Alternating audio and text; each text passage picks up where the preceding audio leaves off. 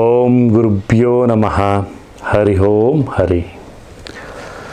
ನಮಸ್ತೆ ನನ್ನ ಪ್ರೀತಿಯ ವೀಕ್ಷಕರೇ, ನಾನು ನಿಮ್ಮ ಡಾಕ್ಟರ್ ಪಂಡಿತ್ ಶ್ರೀ ಸಿದ್ಧಾಂತ ಅರುಣ್ ಶರ್ಮ ಗುರೂಜಿ.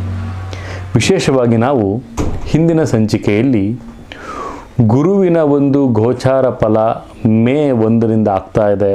ಆ ಒಂದು ವಿಚಾರದಲ್ಲಿ ಯಾವ ಯಾವ ಗ್ರಹಗಳು ಯಾವ ಯಾವ ರಾಶಿಯವರಿಗೆ ಯಾವ ಯಾವ ರೀತಿಯಲ್ಲಿ ಗ್ರಹಗಳ ಒಂದು ಬೆಳವಣಿಗೆಗಳು ಆಗ್ತವೆ ಅನ್ನೋದನ್ನು ತಿಳಿಸ್ಕೊಟ್ಟಿದ್ದು. ವಿಶೇಷವಾಗಿ ಇವತ್ತಿನ ಒಂದು ಸಂಚಿಕೆಯಲ್ಲಿ ಯುಗಾದಿಯ ಒಂದು ಭವಿಷ್ಯವನ್ನು, ಅಂದರೆ ಹೊಸ ವರ್ಷದ ಒಂದು ಭವಿಷ್ಯ, ಈ ಒಂದು ಹೊಸ ವರ್ಷ ಪ್ರತಿಯೊಬ್ಬರಿಗೂ ಸಹಿತ ಹರುಷವನ್ನು ತರಲಿ ಅಂತ ನಾವು ತಾಯಿ ಜಗನ್ಮಾತೆ, ನನ್ನ ಆರಾಧ್ಯ ದೈವವಾದಂತಹ ಶ್ರೀ ಕೊಲ್ಲೂರು ಮೂಕಾಂಬಿಕಾ ದೇವಿಯಲ್ಲಿ ಪ್ರಾರ್ಥನೆಯನ್ನು ಮಾಡ್ತಾ ಇವತ್ತಿನ ಸಂಚಿಕೆಯನ್ನು ಪ್ರಾರಂಭ ಮಾಡೋಣ. ವಿಶೇಷವಾಗಿ ನನ್ನ ಪ್ರೀತಿಯ ಪ್ರೇಕ್ಷಕ ಬಂಧುಗಳಿಗೆ ಯುಗಾದಿ ಹಬ್ಬದ ಹಾರ್ದಿಕ ಶುಭಾಶಯಗಳು. ಯುಗಾದಿ ಅನ್ನುವಂತಹ ಹಬ್ಬ ನಮ್ಮೆಲ್ಲರಿಗೂ ಸಹಿತ ಹೊಸ ಹರುಷವನ್ನು ತರುವಂಥ ಹಬ್ಬ. ಬೇವು ಬೆಲ್ಲವನ್ನು ತಿಂದು ಎಲ್ಲ ರೀತಿಯಲ್ಲೂ ಸಹಿತ ಸಿಹಿ ಮತ್ತು ಕಹಿಗಳನ್ನು ಹಂಚಿಕೊಳ್ಳುವಂತಹ ಒಂದು ಹಬ್ಬವೇ ಯುಗಾದಿ ಹಬ್ಬ. ವಿಶೇಷವಾಗಿ ಈ ಒಂದು ಹಬ್ಬ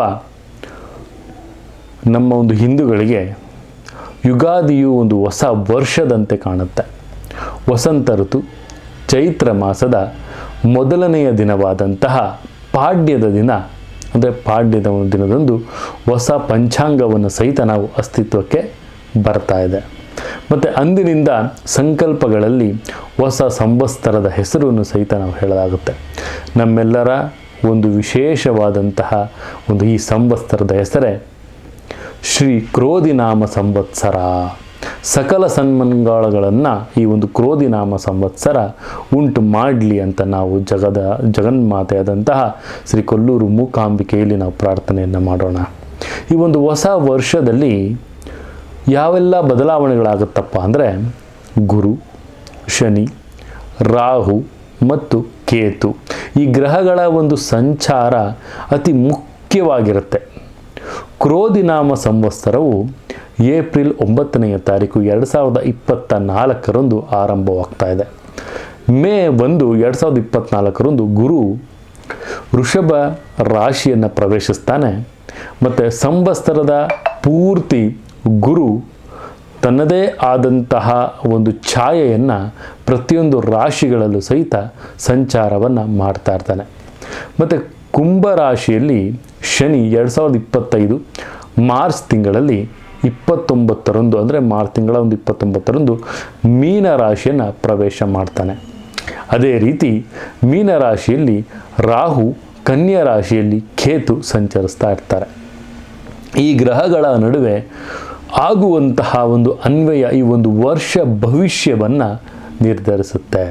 ಯಾವ ರೀತಿ ಈ ಗ್ರಹಗಳ ಒಂದು ಸಂಚಾರ ಇರುತ್ತೋ ಅದೇ ರೀತಿಯಲ್ಲಿ ನಮ್ಮ ಜೀವನದ ಪ್ರತಿಯೊಂದು ವಿಚಾರಗಳನ್ನು ಸಹಿತ ನಾವಿಲ್ಲಿ ವಿಶೇಷವಾಗಿ ಗಮನಿಸ್ಬೋದಾಗುತ್ತೆ. ಈ ಗ್ರಹಗಳ ಒಂದು ಅನ್ವಯ ಈ ಒಂದು ವರ್ಷ ಭವಿಷ್ಯವನ್ನು ಸಹಿತ ನಾವಿಲ್ಲಿ ನಿರ್ಧರಿಸಬಹುದಾಗುತ್ತೆ. ವಿಶೇಷವಾಗಿ ನಾವಿಲ್ಲಿ ನೋಡೋದಾದರೆ, ಈ ಒಂದು ವರ್ಷ ಪ್ರತಿಯೊಬ್ಬರ ಒಂದು ವ್ಯಕ್ತಿಯ ಒಂದು ನೆಲೆಯನ್ನು, ಒಂದು ಭವಿಷ್ಯವನ್ನು ಖಚಿತವಾಗಿ ಹೇಳುವಂತಹ ಒಂದು ನಿರ್ಣಯವನ್ನು ನಾವಿಲ್ಲಿ ಮಾಡ್ಬೋದು. ವಿಶೇಷವಾಗಿ ಜನ್ಮ ಜಾತಕದ ಫಲವನ್ನು ಸಹಿತ ನಾವಿಲ್ಲಿ ಪರಿಶೀಲನೆಯನ್ನು ಮಾಡ್ಬೋದಾಗುತ್ತೆ. ಕ್ರೋಧಿನಾಮ ಸಂವತ್ಸರವು ಮಾರ್ಚ್ 21, 2025 ಅಸ್ತಿತ್ವದಲ್ಲಿರುತ್ತೆ. ಮಾರ್ಚ್ 30, 2025 ಬರುವಂಥ ಯುಗಾದಿ ಹಬ್ಬದ ದಿನ ವಿಶ್ವಾಸ ಸಂವತ್ಸರ ಚಾಲ್ತಿಯಲ್ಲಿ ಬರುತ್ತೆ.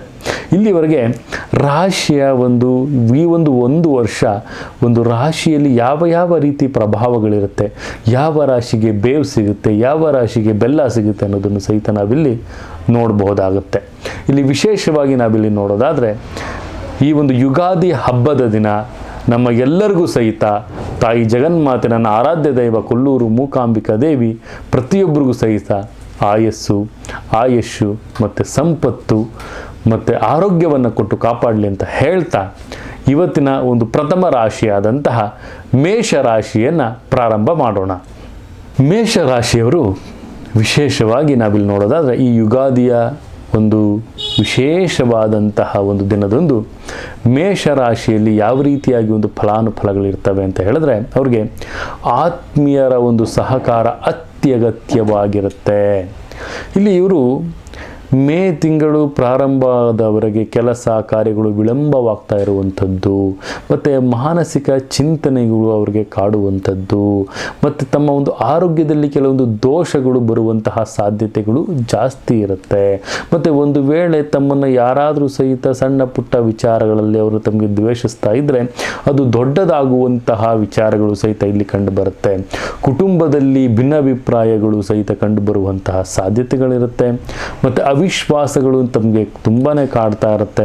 ಮತ್ತು ಉತ್ತಮವಾದಂತಹ ಒಂದು ಆದಾಯಗಳನ್ನು ಮಾಡಬೇಕಾದ್ರೆ ಕೆಲವೊಂದು ಹಣಕಾಸಿನ ಒಂದು ಕೊರತೆಗಳು ಸಹಿತ ತಮಗಿಲ್ಲಿ ಕಾಡ್ತಾ ಇರುತ್ತೆ.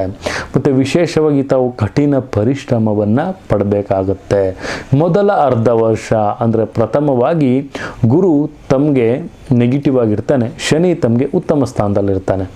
ಗುರುವಿನ ಒಂದು ಗೋಚಾರ ಫಲ ತಮಗೆ ನೆಗೆಟಿವ್ ಆಗಿರೋದ್ರಿಂದ ಪ್ರಥಮ ಅರ್ಧ ವರ್ಷ ತಮಗೆ ತುಂಬಾ ಒಂದು ನೆಗೆಟಿವಿಟಿಗಳು ಕಂಡು ಬರ್ತಾ ಇರುತ್ತೆ.